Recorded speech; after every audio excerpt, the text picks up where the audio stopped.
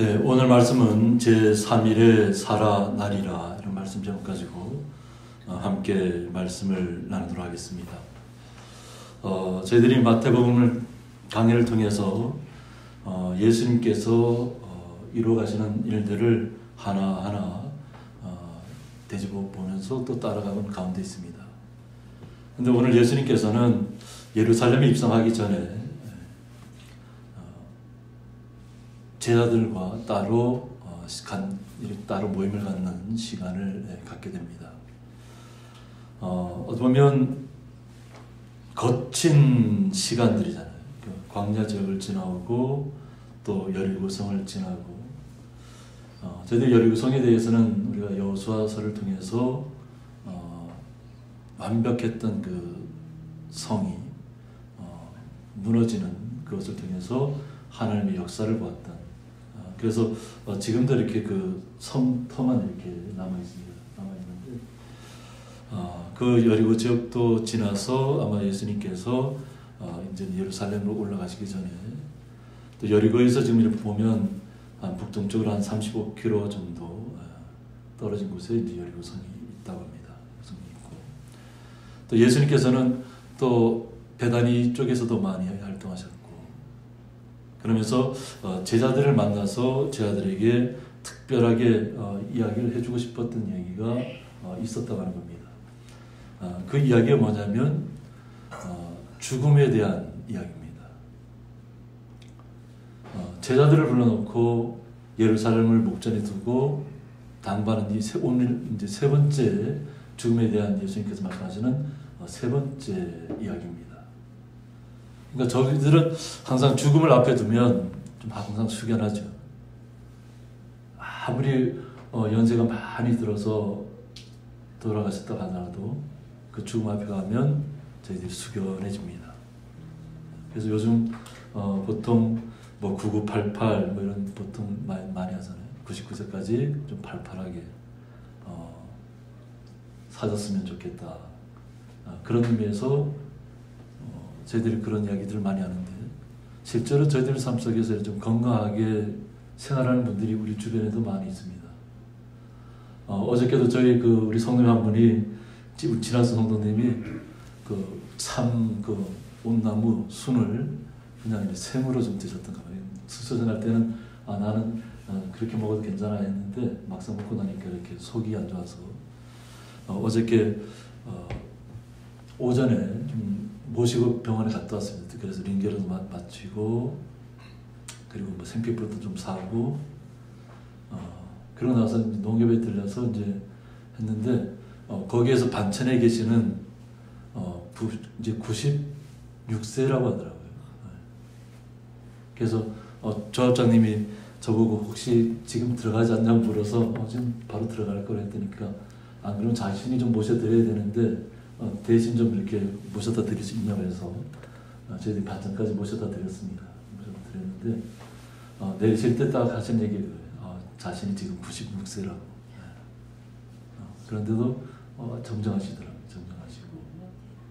그러니까 보면 좋은 환경 속에 있으면 그냥 건강한 모습으로 이렇게 살아갈 수 있어요. 그러니까 90세를 넘었다면 굉장히 장수하신 거잖아요. 또 우리 성도님들도 뭐 다 연세가 뭐 80 중반이시고 뭐 90 앞보시겠지만 다 건강한 모습이고, 그래서 뭐 나이가 들어서 이렇게 우리가 부름을 받는 것은 어떻게 보면 당연한 거잖아요, 그죠? 이 땅에서 우리가 어떤 육신의 일을 다 하고 부름 받는 건 당연한데, 오히려 예수님은 아직은 젊으신 때잖아요, 그죠? 한참 우리가 생각하면 뭐 한참 뭐 활동하고도 뭐 굉장히 큰 일들을 더 많이 해야 될 그런 시기인데, 우리 예수님께서는 죽음을 제자들에게 이야기하고 있다는 겁니다. 그래서 12제자를 따로 불러서 이렇게 예수님께서 제자들에게 이야기를 하고 있는데, 제자들도 어느 정도는 이제는 인식이 된 것 같아요. 예수님께서 희생하셔야만 되는 시간들, 그런 시간들을 이해는 하고 있어요. 듣기는 듣고 완전하게 이해는 알지만, 그래도 예수님께서 시간 있을 때마다 계속해서 이야기했었기 때문에 그럼 오늘 특별히 세 번째 따로 제자들 특별히 모아놓고 이야기하고 있는 것입니다. 그래서 따로 데리시고 길에서 이르셨다고 말하고 있습니다. 그런데 예수님께서 제자들에게 하시는 말씀은 뭐냐면 자신이 고통스러운 시간들을 맞을 것을 이야기하고 있어요.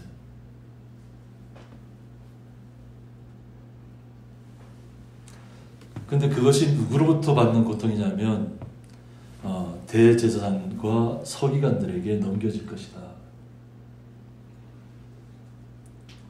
그러니까 예수님께서는 이미 예견하시고 계신 거예요. 그러니까 앞에 일어날 일을 미리 보신다고 하는 거죠. 자신이 앞날을 우리는 보통 우리 얘기할 때 우리의 인생을 많이 미래를 구상하고 앞으로 미래가 어떻게 될 것이다 이런 것은 많이 이야기하지만 실제로 우리 인생을 나의 이야기가 들어가면 한참도 모르는 것이 우리의 인생이거든요.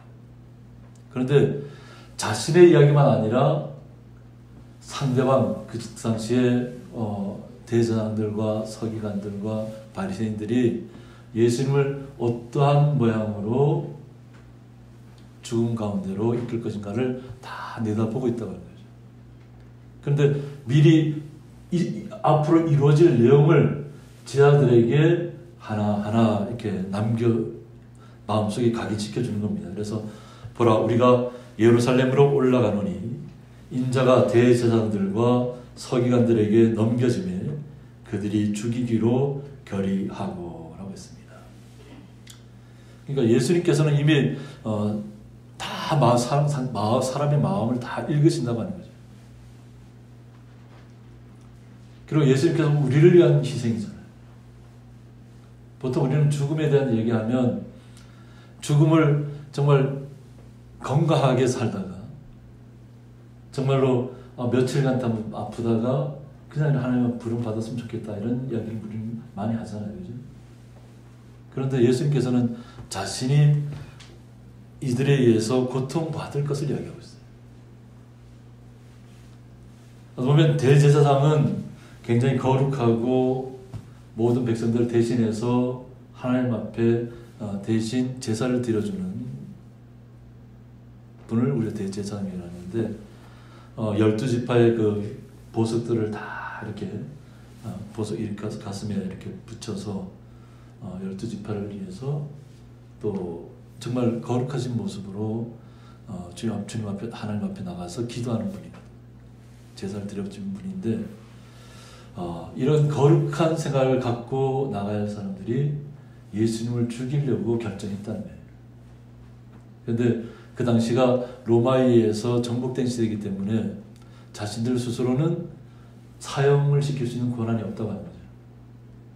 다만 계획은 세울 수 있다는 거죠. 계획은 세울 수 있고 자신들이 어떻게든 예수님을 죽여야 되겠다는 것을 결의를 하고 나가는데 예수님께서는 이미 그들이 이루고 생각하는 바를 다 아신다고 하는 거죠.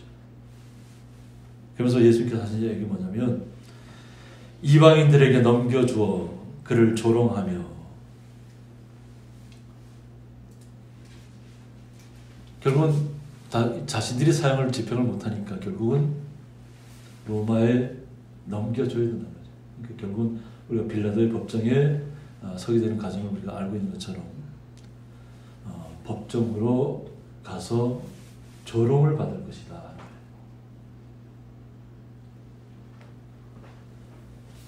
그러니까 예수님께서 자신이 그냥 이렇게 아무런 그냥 우리를 위해서 그냥 십자가만 지어주는 것만 해도 우리는 정말로 그 가슴이 아픈 그런 상황인데 십자가를 지기 전에 조롱을 받을 것이라는 거예요. 조롱을. 그런데 예수님께서는 그 내용을 다 이미 알고 있다고 하는 거죠. 자신이 조롱을 받아야 될 것이다. 그것도 이스라엘 민족이 아닌 로마 군인들에 의해서 또 이방인들에 의해서 조롱을 받게 될 것이다. 그리고 채찍질하며 그 자신이 채찍을 맞아야 한다는 거죠. 그러니까 저희들이 예전에도 우리 한번 예수님의 그 채찍 맞는 모습을 저희들이 한번 영화 상영을 한번 했었는데 그 영상을 보다가 딱 중간에 우리 성도님들이 다 그냥 멈췄어요. 왜 그러냐면 그 광경이 막 살점이 떨어져 나가고 막 피가 튀고 이런 광경이 너무 참혹했단 말이에요. 그래서 우리 성도님들이 뭐 그만 봤으면 좋겠다. 너무 힘든 거예요. 그 채찍질 당하는 모습을 보는 것 자체도 너무 힘든 거예요. 그래서 그 상영을 중단했던 적이 있습니다. 그만큼 채찍을 만드는 것은 보는 사람도 이렇게 힘든데 그 채찍질을 정말 거기에 쇠붙이가 달리고 막 살점을 뜯어내는 그런 가죽으로 치고 하는 그 과정 속에서 그것을 상상만 해도 우리는 힘들죠. 상상만 해도. 만약 나에게 그런 채찍질이 가해져 온다고 생각하면 상상하기조차 싫은 것이 그런 채찍질가 아니에요. 그런데 예수님께서는 그런 채찍질을 자신이 당해야 될 것을 제자들에게 이야기하고 있다는 거예요. 그리고 나서 십자가에 못 박히게 할 것이다. 그러나 주님께서는 이런 과정, 일련의 고통스러운 과정을 통과하고 나서 죽음에 이르고 그러고 나서 결국은 제3일에 살아나리라 말씀합니다. 그러니까 우리에게 당하는 고통은 우리가 상상하는 그 죽음은 참혹한 거잖아요. 그죠? 누구라도 죽음을 맞이하고 싶다고 하는 분이 없잖아요. 그죠? 우리 스스로 자원해서 그 죽음을 내가 이런 조롱받고 채찍질 받고 막 이런 죽음을 우리가 자초할 마음이 우리는 없어요. 그죠? 그런데 예수님은 그런 과정을 다 통과하고 나서 결국은 죽게 되는데 그리고는 다시 제3일이 되면 다시 살아난다는 거예요. 그러니까 제자들의 입장도 그냥 난감하죠. 어떤 그런 이야기를 듣는 것, 지금 제가 이 말씀을 전하는 것도 지금 굉장히 난감한 가운데 있는데 그 제자들 그 듣는 입장도 굉장히 난감할 겁니다. 예수님께서 말씀하시니까 듣긴 듣는데 너무 자신들이 상상하지 못하는 이야기를 계속 하고 있거든요. 그런데 결국은 부활하신다는 거예요. 살아나신다는 거예요. 우리를 위해서 죽으시겠다고 하는 거예요. 그런데 죽음에서 끝나는 것이 아니라 다시 부활하신다는 것을 우리에게 알려주시기 위해서 그 조롱과 채찍질과 모든 그 심한 그 아픔들을 다 스스로 견뎌내야 한다는 거죠. 우리 가정을 알고 있는 것처럼 그런 채찍질 맞을 때도 아무 대답도 안 하시잖아요. 고통 그것을 속에서. 그것은 누구예요? 우리를 위해서 참으시는 거죠. 그 당시에는 남겨진 제자들과 또 예수 그리스도를 따르는 분들에게 해당된 것처럼 보이지만 실제로 현실적으로 보면 우리에게 해당되는 거예요. 우리를 위해서 그 조롱과 채찍질을 견디시고 죽음에까지 이루셨다고 하는 거예요. 그러고 나서 우리에게 영원한 생명을 나타내 보여주시기 위해서 주님께서 부활하셨다고 하는 겁니다. 그래서 요한복음 11장 25절에서 나는 부활이요 생명이니 나를 믿는 자는 죽어도 살겠고 라고 말씀하고 있습니다. 예수님을 믿는 자는 죽어도 산다는 거예요. 그러니까 예수님께서 이것을 우리에게 알려주시기 위해서 자신이 몸소 그 고통들을 감내하셔야만 겠다는 거죠. 이것을 특별히 제자들에게 정말 당부하는 겁니다. 당부. 이러한 일들이 분명하게 있어질 것을 이야기하고 있는 거예요. 그러니까 만약 이런 상황이 오더라도 절대 흔들리지 말라는 거죠. 아마 이 당시에 이것을 받아들이는 제자들의 입장은 아마 제가 그 12제자의 마음을 다 알 수는 없기 때문에 그러나 정확하게 받아들이는 분도 있을 것이고 또 반신반의하는 분도 있었을 것이고 또 설마 했던 제자도 있을 수 있습니다. 그래서 뭐냐면 막상 예수님께서 그런 상황 속에 있을 때 다 제자들은 다 도망가버리고 말았잖아요. 지금 예수님의 말씀을 들을 때는 아직까지 그런 단계까지는 가지 않았기 때문에 그래도 말씀하시니까 들을 수는 있지만 또 자신의 생각에 서로 뭐 배치되는 것도 있을 수 있지만 그러나 예수님께서 하신 말씀을 마음속에는 새겼다고 하는 거죠.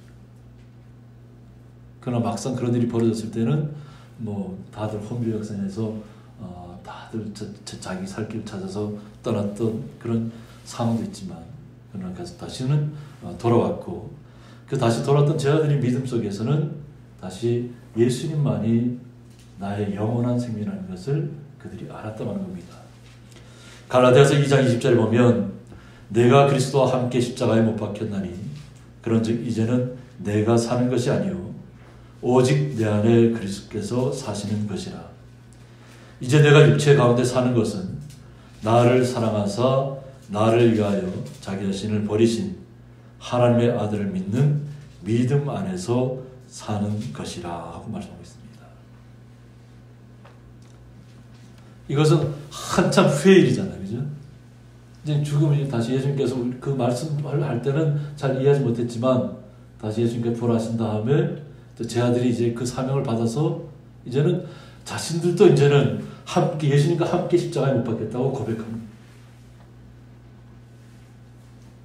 예수님의 말씀을 들을 때까지 해도 잘 몰랐다고 하는 거죠. 반신반의하고 정말 과연 그런 일이 일어날까 서로 그 속마음을 서로 얘기 나누지 않았다 할지라도 그러나 지금은 이제는 예수님께서 부활하셨고 자신들에게 영원한 생명을 주셨다고 하는 거죠. 그러니까 지금 제 아들의 삶은 평탄한 것이 아니에요. 평탄한 가운데 이런 이야기가 나오는 것이 아니라 복음을 위해서 죽음을 각오하고 이제 제자들도 마찬가지로 다 뿔뿔이 흩어져서 자기의 사명을 감당하고 있다는 거죠. 그것이 어느 곳이었든 간에 주님께서 명령하시면 그곳에 가서 복음을 증거하다가 죽을 각오를 하고 있다는 거예요. 그러니까 함께 십자가에 못 박혔다고 얘기하고 있는 겁니다. 그래서 우리가 우리의 모습을 봤을 때는 우리 안에 뭐 예수님의 모습이 보이나요, 지금? 성령이 내주하시는 것이 우리 안에 막 이렇게 나타나는 것이 느껴지나요? 그렇지는 않잖아요.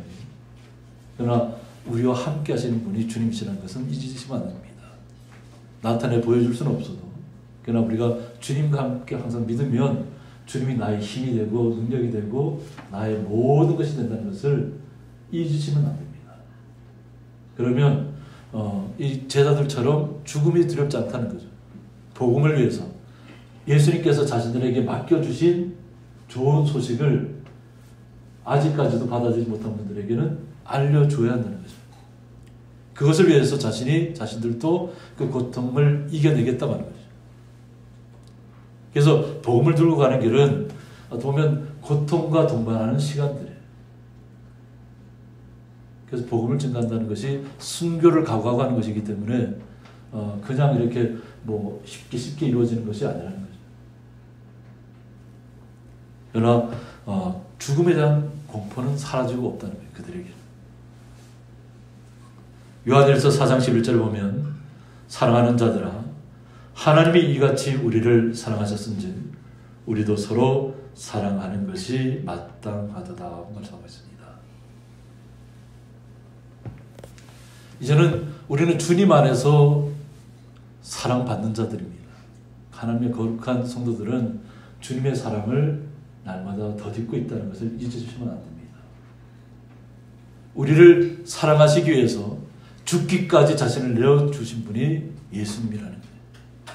그러니까 사랑이라는 것은 그냥 남녀 간의 사랑만을 이야기하는 것이 아니라 정말 자신의 피를 다 흘리면서까지 자신이 조롱을 받으면서까지 자신이 채찍질을 당하면서까지도 영원한 생명을 알게 해줘야 하기 때문에 우리를 위해서 희생하신 그 사랑이라는 거예요. 그러니까 우리가 우리 얘기할 때 그냥 쉽게 얘기하는 그런 남녀 간의 사랑을 통해서 우리가 사랑을 얘기하는 것이 아닙니다. 거룩하신 우리를 죽기까지 자신을 희생하신 하나님의 사랑을 우리에게 나타내 주셨다는 거예요. 그러므로 하나님께서도 이같이 우리를 사랑하셨은즉 우리도 서로 사랑하는 것이 마땅하다는 겁니다. 그러니까 우리가 서로 사랑하는 것은 뭐냐면 그냥 감정적으로 살아가는 것이 아니라 항상 어려움이 와도 때로는 고통이 와도 시련이 와도 주님께서 나를 사랑하셨던 그 사랑을 기억하시고 그 사랑의 힘으로 우리가 어느 분을 만나든지 우리가 믿음 안에 있는 분을 만나든지 믿지 않는 분들을 만나든지 항상 그 주님의 사랑으로 그들과 대화를 해야 될 줄 믿습니다. 주님께서 얼마나 그 고통스러운 시간들을 이겨내고 우리에게 주신 영원한 사랑이십니다. 영원한 사랑. 하나님의 사랑은 그냥 우리가 쉽게 얘기할 수 있는 그런 사랑이 아닙니다. 하나님이 이같이 우리를 사랑하셨다는 거예요. 자신의 모든 것을 내어놓기까지, 피 흘리기까지 우리를 사랑해 주셨다는 거예요. 그 사랑을 우리 성도님들이 지금 덧입고 있는 겁니다. 그리고 그 주님의 마음이 우리 안에 와서 우리의 삶을 주장할 수 있도록. 그래서 우리가 한마디 한마디 말을 할 때마다 신중해야 됩니다. 쉽게 얘기하다 보면 충돌이 일어나고 걸림돌이 생기게 되고 아주 사소한 문제에서 우리가 서로 넘어지고 쓰러지고 서로 핥히고 이런 일들이 발생할 수밖에 없어요. 그런데 때로는 고통이 오고 조롱이 오고 때로는 채찍질이 다가온다고 할지라도 하나님의 나라를 함께 가기 위한 하나님께서 우리를 향하신 그 사랑을 우리가 이해한다면 우리가 완전하게 이해하지는 못한다 할지라도 우리가 주님께서 우리를 위해서 희생하신 그 사랑을 우리는 우리 마음속에 품고 우리 성도님들 서로 바라보셔야 될 줄 믿습니다. 그래서 이것이 주님께서 우리를 위해서 그렇게 조롱을 받으시고 그렇게 채찍질 받으시고 우리를 위해서 죽으시고 우리를 위해서 다시 살아나셨다는 거예요. 그러므로 우리 성도님들도 항상 믿음 안에서 주님 안에서 승리하시는 그런 삶을 사시기를 주님의 이름으로 축원드립니다. 잠깐 기도드리겠습니다. 주님의 크신 사랑을 저희들이 말씀을 통해서 한 걸음 한 걸음 우리의 마음속에 받아들이기를 원합니다. 우리는 어린아이와 같습니다. 쉽게 마음의 생각들이 변화되고 온전하신 주님의 뜻을 잘 이해하지 못할 때도 있습니다. 제자들의 삶도 마찬가지였습니다. 그러나 당장은 이해가 되지 않더라도 결국은 주님께서 우리를 위해서 죽음을 이겨내셨고 부활하셔서 우리에게 영원한 생명을 나타내 주셨습니다. 우리는 그 영원한 생명을 가기 위한 걸음들을 이 땅에서 걸어가고 있습니다. 걸어가는 동안에 때로는 복음 때문에 받는 어려움도 있을 줄 믿습니다. 그러나 그런 어려움들 주님을 생각하시고 우리가 잘 이겨내어서 함께 주님의 나라에 이르기까지 온전한 주님의 사랑으로 서로를 바라보고 서로를 위하는 기이한 거룩한 성도들이 되게 하여 주옵소서. 주님께서 보여주신 그 크신 사랑에 감사하며 예수님의 이름으로 기도드리옵나이다. 아멘.